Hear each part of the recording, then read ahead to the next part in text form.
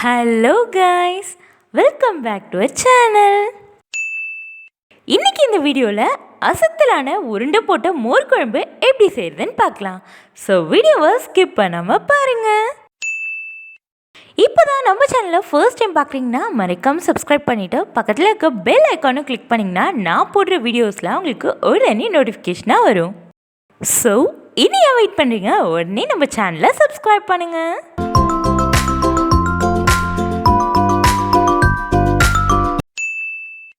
உருண்டை போட்ட மோர் குழம்பு செய்யறதுக்கு தேவையான பொருட்கள் என்னென்னு குயிக்காக பார்க்கலாமா?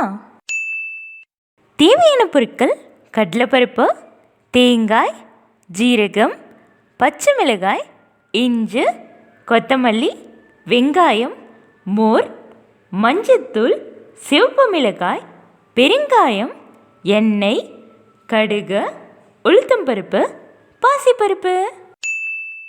ஃபர்ஸ்ட் உருண்டை போட்ட மோர் குழம்பு செய்யறதுக்கு 3 மணி நேரத்துக்கு முன்னாடியே 2 டீஸ்பூன் கடலைப்பருப்பு, 1/2 ஸ்பூன் ஜீரகத்தை ஊற வச்சுக்கோங்க. ஆல்சோ 3 மணி நேரம் 150 கிராம் பாசிப்பருப்பையும் தண்ணியில் ஊற வச்சுக்கோங்க. மோர் குழம்புக்கு என்னென்ன அரைக்கணும்னு இப்போ பார்க்கலாம். 1/2 மூடி துருவிய தேங்காய், 2 பச்சை மிளகாய், 1 சின்ன பீஸ் இஞ்சி, 2 டீஸ்பூன் தனியா பொடி, மீடியம் சைஸ் ஒரு வெங்காயம், அதோட ஆல்ரெடி 3 மணி நேரம் ஊற வச்சிருந்த 2 டீஸ்பூன் கடலைப்பருப்பு, 1/2 டீஸ்பூன் ஜீரகம் எல்லாத்தையும் ஆட் பண்ணி மிக்சியில் போட்டு ஃபைன் பேஸ்ட்டாக அரைச்சி எடுத்துக்கோங்க. மோர் குழம்புக்கு மோர் இல்லைன்னா எப்படி? இப்போது ஒரு பேன் எடுத்துகிட்டு 200 ml மோர் ஆட் பண்ணிவிட்டு அதோட ஆல்ரெடி அரைச்ச விழுதை ஆட் பண்ணி தேவையான அளவு உப்பு, 1/4 டீஸ்பூன் மஞ்சத்தூள் போட்டுட்டு மிக்ஸ் பண்ணிக்கோங்க.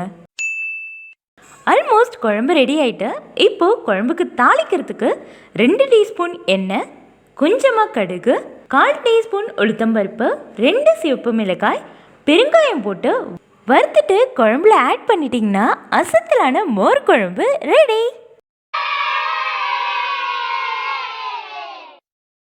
இப்போது 150 கிராம் பாசிப்பருப்பு ஊற வச்சிருந்ததை பாசிப்பருப்பில் இருக்க தண்ணியெல்லாம் ஃபில்ட்ரு பண்ணிவிட்டு 2 சிவப்பு மிளகாய், கொஞ்சமாக உப்பு சேர்த்துட்டு மிக்சியில் போட்டு கொரகொரப்பாக அரைச்சி எடுத்துக்கோங்க.